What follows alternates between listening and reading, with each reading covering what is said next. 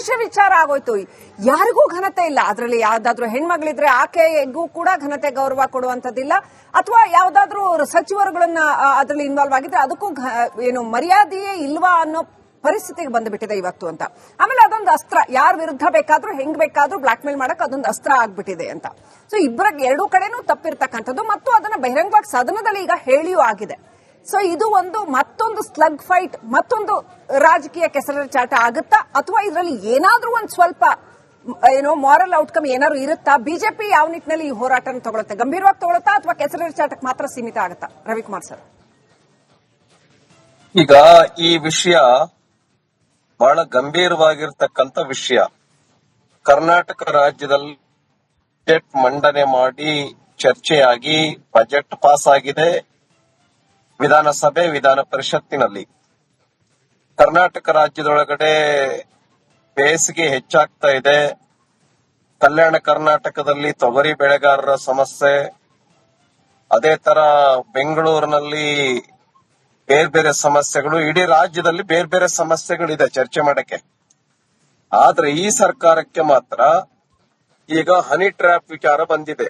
ಇದಕ್ಕಿಂತ ಹಿಂಚೆ ಮುಖ್ಯಮಂತ್ರಿಯ ಕುರ್ಚಿ ಬಗ್ಗೆ ಚರ್ಚೆ ನಡೀತಾ ಇತ್ತು. ಈ ಸರ್ಕಾರಕ್ಕೆ ಒಂದು ಸ್ವಲ್ಪನೂ ಗಂಭೀರ್ಯತೆ ಇಲ್ಲ ಅನ್ನುವಂಥದ್ದು ಬಹಳ ಸ್ಪಷ್ಟವಾಗಿ ಆಗ್ತಾ ಇದೆ. ಅದರೊಳಗೂ ಕೂಡ ಈ ಹನಿ ಟ್ರ್ಯಾಪ್ ನಲ್ಲಿ ಸಿಲುಕಿ ಹಾಕಿಸ್ತಾ ಇದ್ದಾರೆ, ಸಿಕ್ಕಿ ಹಾಕಿಸ್ತಾ ಇದ್ದಾರೆ, ಶಾಸಕರನ್ನ ಸಿಕ್ಕಿ ಹಾಕಿಸ್ತಾ ಇದ್ದಾರೆ.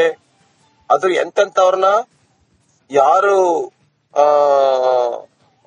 ಹುಲಿ ತರ ಧ್ವನಿ ಮಾಡ್ತಾರೆ, ಯಾರು ಸರ್ಕಾರದಲ್ಲಿ ಹೆಚ್ಚು ಮಾತಾಡ್ತಾರೆ, ಯಾರು ಈ ಸರ್ಕಾರದಲ್ಲಿ ಹೆಚ್ಚು ಧ್ವನಿಯನ್ನ ಎತ್ತುತ್ತಾರೆ, ಅವರ ಧ್ವನಿಯನ್ನೇ ಅಡಗಿಸ್ತಕ್ಕಂತ ಕೆಲಸ ನಡೀತಾ ಇದೆ ಅಂತೇಳಿ ಸತೀಶ್ ಜಾರಕಿಹೊಳಿ ಅವರು ಬಹಳ ಸ್ಪಷ್ಟವಾಗಿ ಹೇಳಿದ್ದಾರೆ. ಮತ್ತು ಒಬ್ಬರನ್ನ ಕುರಿತೇ ಹೇಳಿದ್ದಾರೆ. ಅವ್ರು ಯಾರು ಅಂತ ಇಡೀ ರಾಜ್ಯಕ್ಕೆ ಗೊತ್ತು.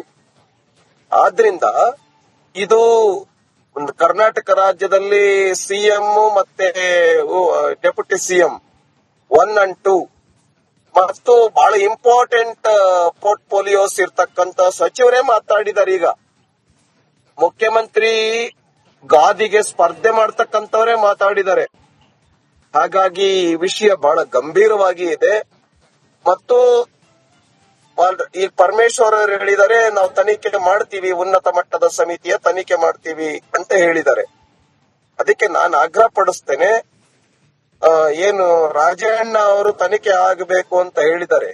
ಈಗ ಅಕಸ್ಮಾತ್ ತನಿಖೆ ಆಗಿ ತಪ್ಪಿತಸ್ಥರು ಹೊರಗಡೆ ಮುಚ್ಚಿ ಹಾಕಿದ್ರು ಕೂಡ ಇವ್ರ ಮೇಲೇನೆ ಬರುತ್ತೆ.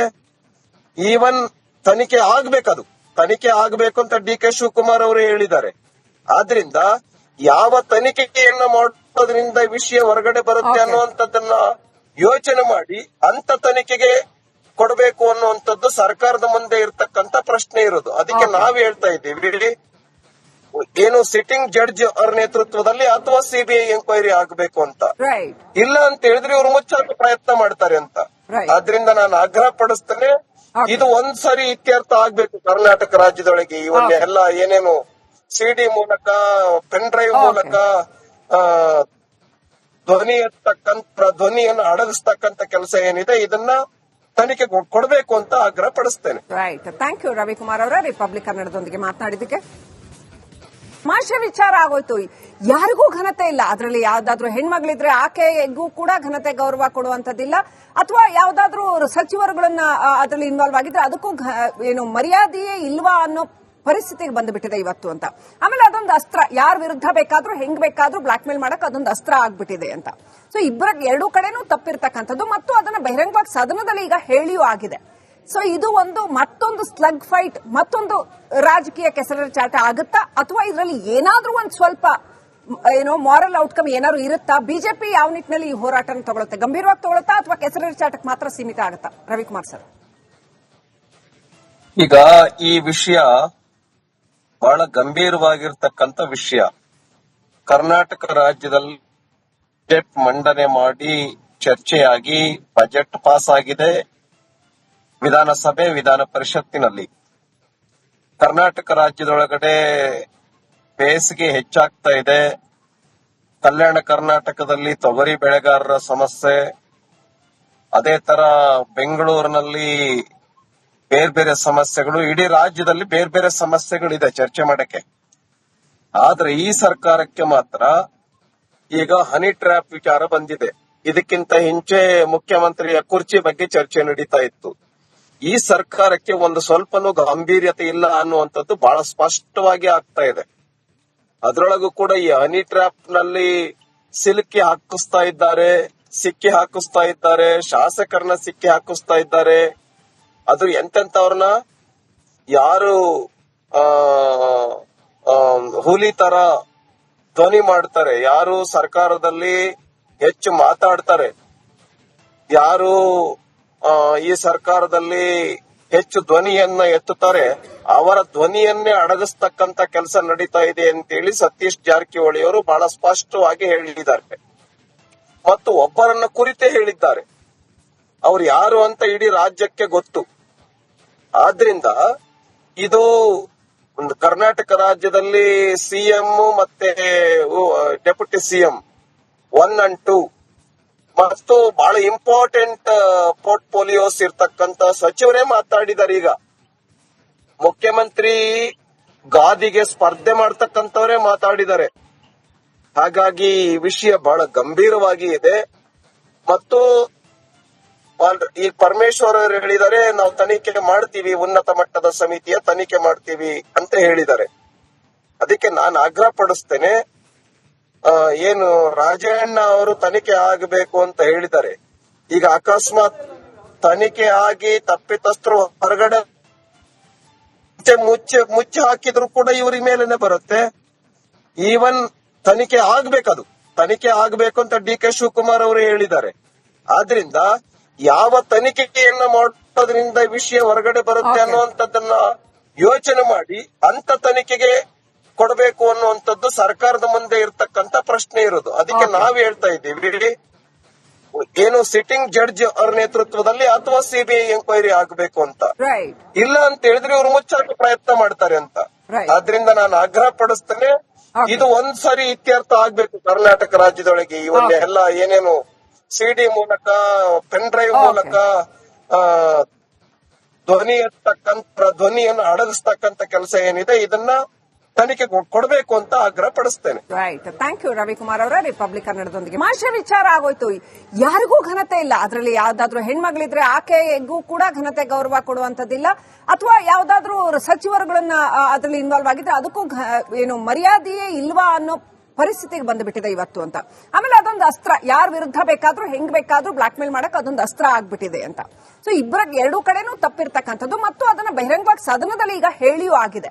ಸೊ ಇದು ಮತ್ತೊಂದು ಸ್ಲಗ್ ಫೈಟ್, ಮತ್ತೊಂದು ರಾಜಕೀಯ ಕೆಸರಾಟ ಆಗುತ್ತಾ, ಅಥವಾ ಇದರಲ್ಲಿ ಏನಾದ್ರೂ ಒಂದು ಸ್ವಲ್ಪ ಮಾರಲ್ ಔಟ್ಕಮ್ ಏನಾದ್ರು ಇರುತ್ತಾ? ಬಿಜೆಪಿ ಯಾವ ನಿಟ್ಟಿನಲ್ಲಿ ಈ ಹೋರಾಟನ ತಗೊಳುತ್ತೆ? ಗಂಭೀರವಾಗಿ ತಗೊಳುತ್ತಾ ಅಥವಾ ಕೆಸರಾಟಕ್ಕೆ ಮಾತ್ರ ಸೀಮಿತ ಆಗುತ್ತಾ? ರವಿಕುಮಾರ್ ಸರ್,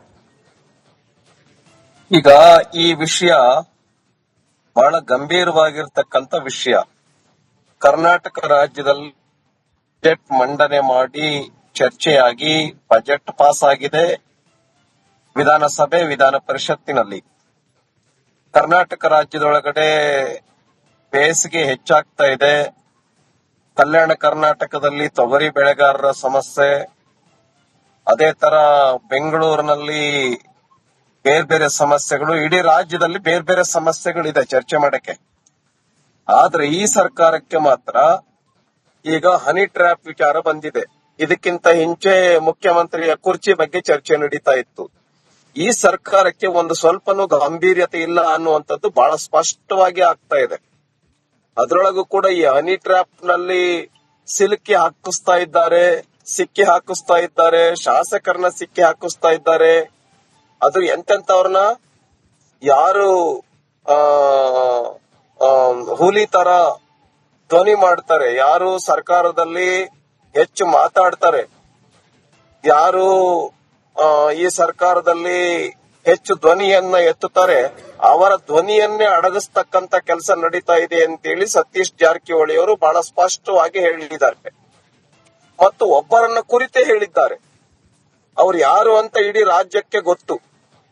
ಆದ್ರಿಂದ ಇದು ಒಂದು ಕರ್ನಾಟಕ ರಾಜ್ಯದಲ್ಲಿ ಸಿಎಂ ಮತ್ತೆ ಡೆಪ್ಯೂಟಿ ಸಿಎಂ 1 and 2 ಮತ್ತು ಬಹಳ ಇಂಪಾರ್ಟೆಂಟ್ ಪೋರ್ಟ್ಫೋಲಿಯೋಸ್ ಇರ್ತಕ್ಕಂತ ಸಚಿವರೇ ಮಾತಾಡಿದ್ದಾರೆ. ಈಗ ಮುಖ್ಯಮಂತ್ರಿ ಗಾದಿಗೆ ಸ್ಪರ್ಧೆ ಮಾಡ್ತಕ್ಕಂಥವರೇ ಮಾತಾಡಿದ್ದಾರೆ.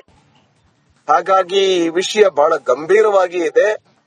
ಮತ್ತು ಈ ಪರಮೇಶ್ವರ್ ಅವರು ಹೇಳಿದ್ದಾರೆ, ನಾವು ತನಿಖೆ ಮಾಡ್ತೀವಿ, ಉನ್ನತ ಮಟ್ಟದ ಸಮಿತಿಯ ತನಿಖೆ ಮಾಡ್ತೀವಿ ಅಂತ ಹೇಳಿದ್ದಾರೆ. ಅದಕ್ಕೆ ನಾನು ಆಗ್ರಹ ಪಡಿಸ್ತೇನೆ, ಏನು ರಾಜಣ್ಣ ಅವರು ತನಿಖೆ ಆಗಬೇಕು ಅಂತ ಹೇಳಿದ್ದಾರೆ. ಈಗ ಅಕಸ್ಮಾತ್ ತನಿಖೆ ಆಗಿ ತಪ್ಪಿತಸ್ಥರು ಹೊರಗಡೆ ಮುಚ್ಚಿ ಹಾಕಿದ್ರು ಕೂಡ ಇವ್ರ ಮೇಲೆನೆ ಬರುತ್ತೆ. ಈವನ್ ತನಿಖೆ ಆಗ್ಬೇಕದು, ತನಿಖೆ ಆಗ್ಬೇಕು ಅಂತ ಡಿ.ಕೆ. ಶಿವಕುಮಾರ್ ಅವರು ಹೇಳಿದ್ದಾರೆ. ಆದ್ರಿಂದ ಯಾವ ತನಿಖೆಯನ್ನ ಮಾಡೋದ್ರಿಂದ ವಿಷಯ ಹೊರಗಡೆ ಬರುತ್ತೆ ಅನ್ನುವಂಥದ್ದನ್ನ ಯೋಚನೆ ಮಾಡಿ ಅಂತ ತನಿಖೆಗೆ ಕೊಡಬೇಕು ಅನ್ನುವಂಥದ್ದು ಸರ್ಕಾರದ ಮುಂದೆ ಇರ್ತಕ್ಕಂತ ಪ್ರಶ್ನೆ ಇರೋದು. ಅದಕ್ಕೆ ನಾವ್ ಹೇಳ್ತಾ ಇದ್ದೀವಿ, ಏನು ಸಿಟ್ಟಿಂಗ್ ಜಡ್ಜ್ ಅವ್ರ ನೇತೃತ್ವದಲ್ಲಿ ಅಥವಾ ಸಿಬಿಐ ಎಂಕ್ವೈರಿ ಆಗಬೇಕು ಅಂತ. ಇಲ್ಲ ಅಂತ ಹೇಳಿದ್ರೆ ಇವ್ರು ಮುಚ್ಚಾಕ ಪ್ರಯತ್ನ ಮಾಡ್ತಾರೆ ಅಂತ. ಆದ್ರಿಂದ ನಾನು ಆಗ್ರಹ ಪಡಿಸ್ತೇನೆ, ಇದು ಒಂದ್ಸರಿ ಇತ್ಯರ್ಥ ಆಗ್ಬೇಕು ಕರ್ನಾಟಕ ರಾಜ್ಯದೊಳಗೆ. ಇವನ್ನೆಲ್ಲ ಏನೇನು ಸಿಡಿ ಮೂಲಕ, ಪೆನ್ ಡ್ರೈವ್ ಮೂಲಕ ಧ್ವನಿಯನ್ನು ಅಡಗಿಸ್ತಕ್ಕಂತ ಕೆಲಸ ಏನಿದೆ ಇದನ್ನ ತನಿಖೆ ಕೊಡಬೇಕು ಅಂತ ಆಗ್ರಹ ಪಡಿಸ್ತೇನೆ. ರೈಟ್, ಥ್ಯಾಂಕ್ ಯು ರವಿಕುಮಾರ್ ಅವರ ರಿಪಬ್ಲಿಕ್ ಕನ್ನಡದೊಂದಿಗೆ ಮಾತನಾಡಿದ್ದಕ್ಕೆ.